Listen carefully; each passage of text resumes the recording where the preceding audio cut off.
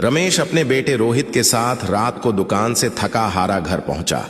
घर पहुंचकर उसने देखा कि उसकी पत्नी सुनीता रसोई में खाना बना रही थी, जबकि बेटी पूजा आराम से सोफे पर बैठकर गाने सुन रही थी। रमेश रसोई में गया और पत्नी से पूछा, आज घर में बहू दिखाई नहीं दे रही? सुनीता ने नाक भौं सिकोड़ते हुए कहा, लड़कर मायके चली गई है। मैं तो उससे तंग आ गई हूं। आपकी बहू बस बैठी रहती है, कुछ महीने मायके में पड़ी रहेगी, तब उसे अक्ल आएगी।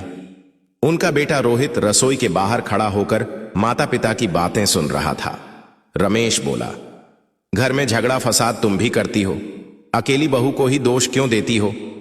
इतना सुनते ही सुनीता ने खाना बनाना छोड़ दिया और गुस्से में बोली, आपको तो मैं और मेरी बेटी ही बुरी लगती हैं। वह कल की आई लड़की आपको निर्दोष नजर आती है। मैंने इस घर के लिए अपना पूरा जीवन लगा दिया, फिर भी मैं ही बुरी हूं।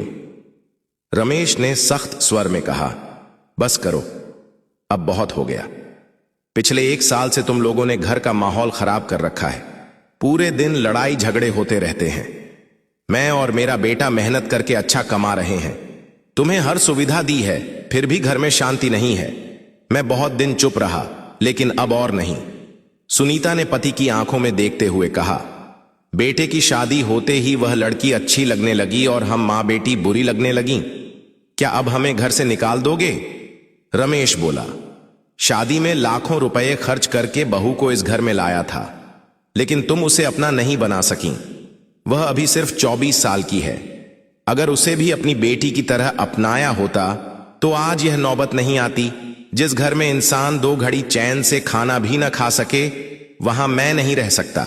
कल से मैं और रोहित अलग किराए के मकान में रहेंगे।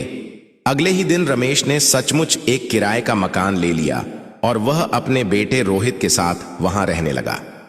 सुनीता ने कई बार फोन किया, लेकिन रमेश ने कोई कॉल नहीं उठाई।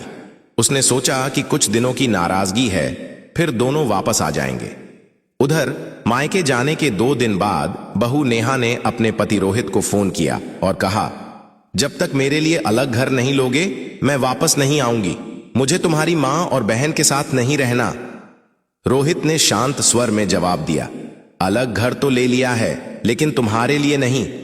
उस घर में मैं और पापा रह रहे हैं। मां और बहन पुराने घर में हैं। तुम फिलहाल मायके में ही रहो। अब किसी तरह का झगड़ा नहीं होगा, सब शांति से रहेंगे।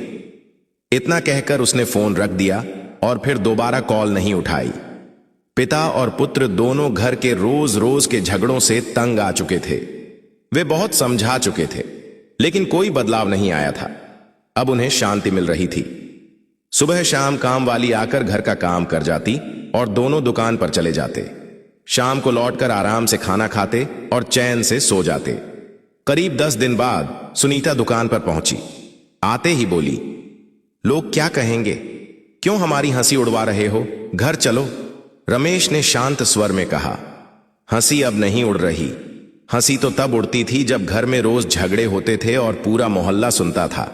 अगर तुम, पूजा और नेहा तीनों आपस में मिलकर रहने का वादा करो, तभी हम वापस घर आएंगे।